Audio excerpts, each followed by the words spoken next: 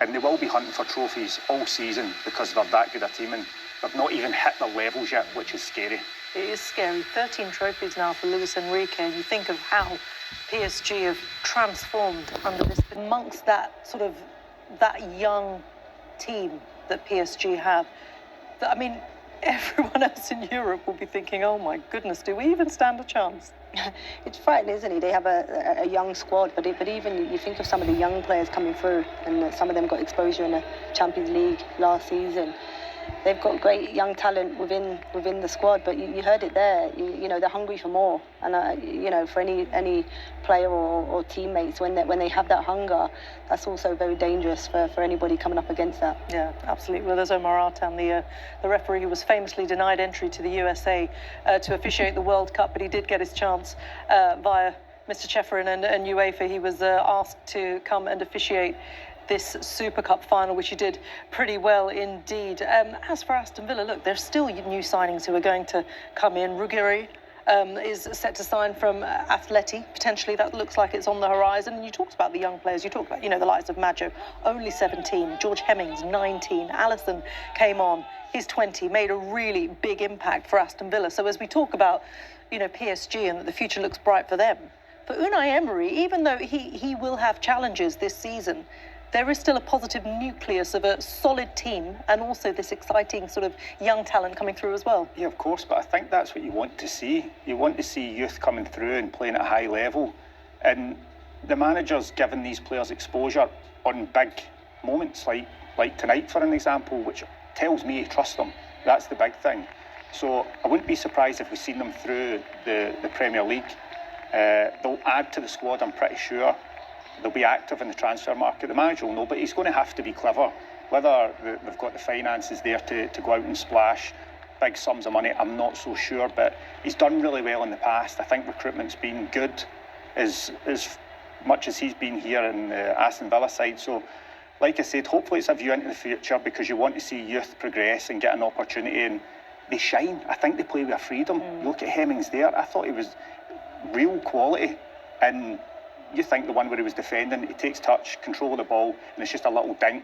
He's not scared to play, which I really like, playing with a freedom. So hopefully we can see more throughout the season. Yeah, absolutely. Aston Villa did so well in this, didn't they? Really had PSG on the ropes. We can see them heading up to get their runner-up medals. And I think we can hand you back to our commentary team, Darren and Ali.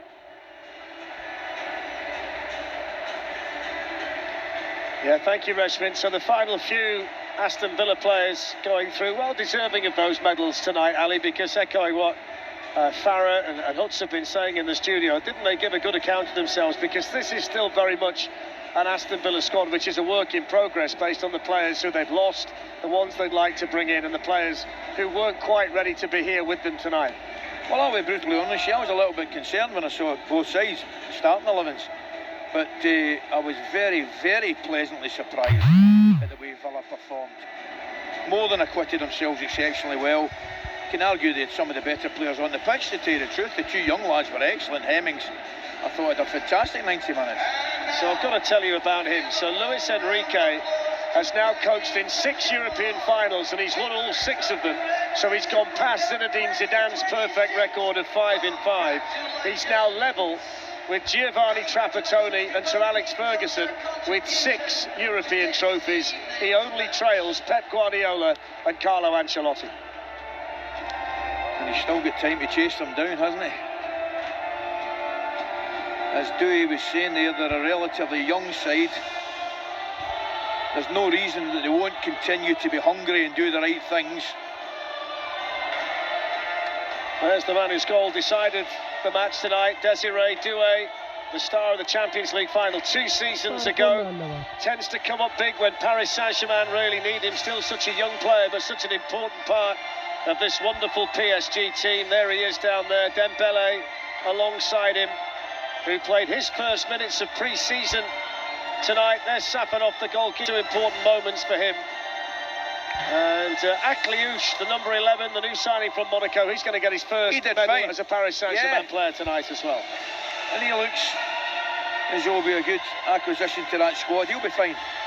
And the man at the back of the line, the captain, there's Luca Dean, by the way, didn't get on but played so well for Aston Villa last season. Did go down and acknowledge the Aston Villa supporters as well at full time, which was nice. And there's a man who's just won his 40th trophy as a Paris Saint-Germain player, the great Marquinhos. And he's taken the trophy and he'll walk towards his team. And this team that sits at the top of the mountain, the team that they've all got to beat again, is waiting for the owner to come and join him before the celebrations can begin.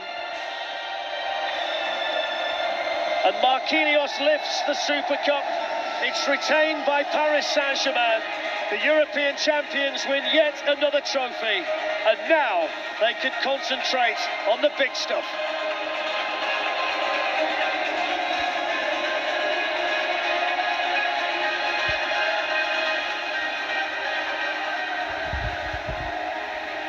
Yeah, brilliant scenes out there in Salzburg then. PSG winning back-to-back UEFA Super Cups, of course, after their back-to-back Champions League trophies as well. And when you think of the road that it took to